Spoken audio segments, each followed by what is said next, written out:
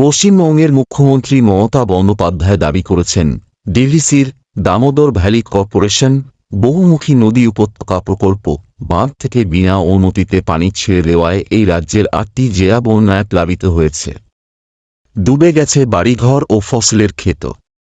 ডিভিসির আওতাধীন বাঁধ থেকে বিনা অনুমতিতে পানি ছাড়ায় ডুবে গেছে এই রাজ্যের 8টি জেলার বিস্তীর্ণ এলাকা।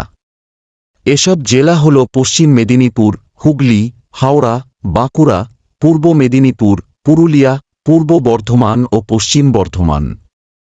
মমতা এই বন্যাকে ম্যান মেড বন্যা হিসেবে দাবি করে 2 দফায় চিঠি লিখেছেন প্রধানমন্ত্রী মোদীকে। কেন্দ্রীয় সরকার এই চিঠির পর জানিয়ে দিয়েছে, ডিভিসির বিভিন্ন বাঁধের পানি ছাড়া হয়েছে পশ্চিমবঙ্গ সরকারের প্রতিনিধিদের সঙ্গে আলাপ করে। গতকাল রোববার পাঞ্চেত ও মাইথন বাঁধ থেকে ছাড়া হয়েছে 42,000 কিউসেক পানি। সেই পানি গিয়ে